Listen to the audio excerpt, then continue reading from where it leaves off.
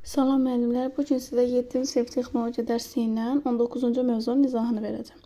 Mövzumuz balığın mexaniki emalı texnologiyasıdır. Nədir müəllimlər? Balığın mexaniki emalı texnologiyasına nələr daxildir?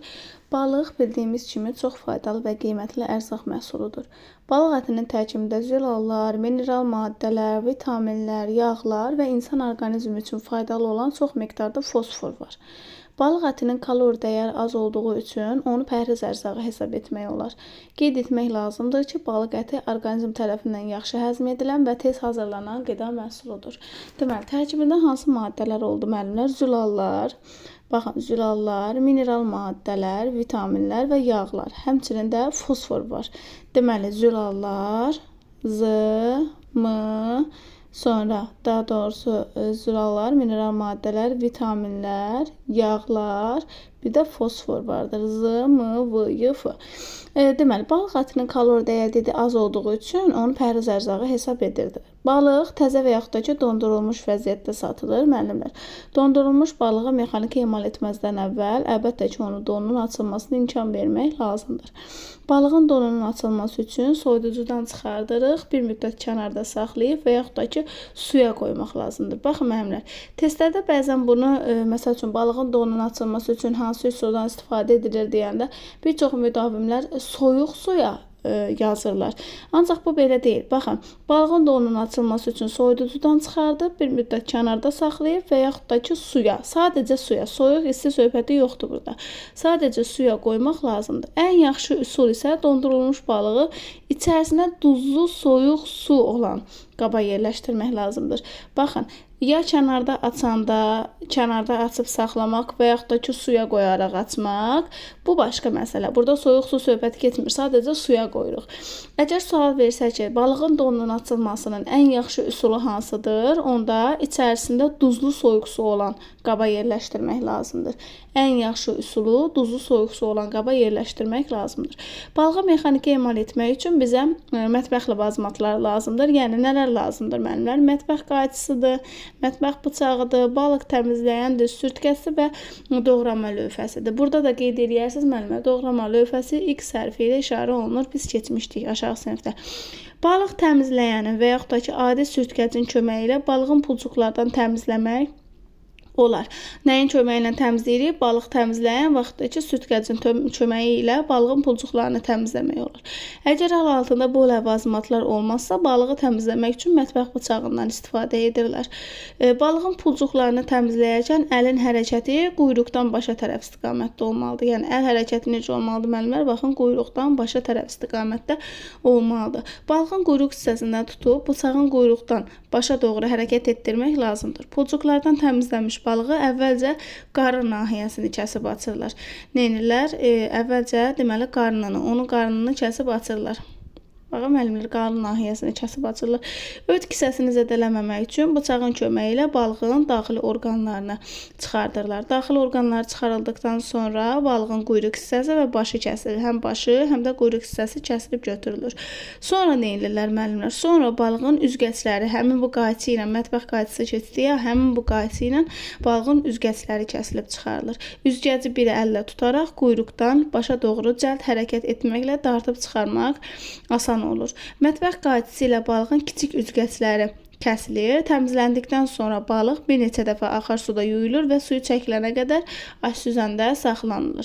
Daha sonraki mərhələ nədən ibarətdir müəllimlər? Balığın doğranması. Baxın, iri balıqları lay-lay doğrayırlar. İri balıqları necə doğrayırlar müəllimlər? İri balıqları lay-lay doğranır. Balığı onurğa böyük yarıya böldükdə filə alınır. Filə nə idi müəllimlər? Təmizlənmiş, yəni sümükdən təmizlənmiş ət parçası idi filə. Nə idi? Filə sümüyü təmizlənmiş ət parçası. Dedik, balığı lay-lay, baxın, lay-lay doğrayır. İri balığı lay-lay doğranılır və balığı onurğa boyu yarıya böldükdə filəyə alınır. Bu üsulla balığın onurğa sümüyü asanlıqla çıxarılır. Filə dedik nə idi? Sümüyü təmizlənmiş ət idi. Balıq adam başına pay hesabı ilə tikələrə ayrılır. Qızartmaq üçün nəzərdə tutulmuş balıq tikələrinin enli və ensiz alınması üçün kiçik bucaq altında doğranılır. Qaynatma yolu ilə bişiriləcək balıq isə doğrama lövhəsi üzərində deməli paralel. Bəzi kitablarda, köhnə kitabda paraleldir müəllimlər. Nədir burada? Paralel. Təzə kitablarda isə perpendikulyar verib. Yəni qızartma üçün enli ensiz kiçik bucağı altında, qaynatma üçün isə perpendikulyar və yaxud da ki paralel kəsmək lazımdır. Balığın emalı zamanı təhlükəsizlik və sanitariya qaydalarına baxaq. Balığın üzgəçlərini çıxartdıqda ehtiyatlı olmaq lazımdır. Balığın bərk sümükləri əli yaralaya bilər. Balığın pulcuqlarını təmizləyəndə əlləri yaralamamaq üçün onu quyruğundan tutmaq lazımdır ki, sürüşüb əldən çıxmasın. Balıq təmizləyərkən əl yaralanarsa, yaranı əsaslı sürətdə yumaq və dezinfeksiya etmək lazımdır. Balığı xüsusi doğrama lövhəsi və yaxud da ki ayrıca masa üzərində doğramaq lazımdır. Doğramazdan əvvəl və doğradıqdan sonra balıq yuyulmalıdır. Balığın emalından sonra tullantıları dərhal atılmalıdır. Sonda mətbəx ləvazimatları yuyucu vasitələrlə yuyulmalıdır. Deməli müəllimlər, burada biz nə öyrəndik? Özümüzə yoxlama suallarına baxaq. Deyir ki, balıq satışa hansı vəziyyətdə daxil olur? Dedik ki, iki vəziyyətdə olur da. Həm dondurulmuş balıq olur, həm də dondurulmamış balıq olur. Sonra deyir ki, balıq ətinin tərkibində hansı qidalı maddələr var? Balıq ətinin tərkibində nələr var idi müəllimlər? Zülallar var idi, mineral maddələr, vitaminlər, yağlar, hətta fosfor var idi tərkibində. Dondurulmuş balığın donunu necə açırdılar? Baxın. Dondurulmuş balığın donunu açmaq üçün dedik ki, ya kənarda saxlayırdıq, ya da ki, suya qoyurduq da onun donunu açmaq üçün. Ən yaxşı üsulu soruşsa bizdən, ən yaxşı üsul dondurulmuş balığın içərisində duzlu soyuq su olan qaba yerləşdirməkdir.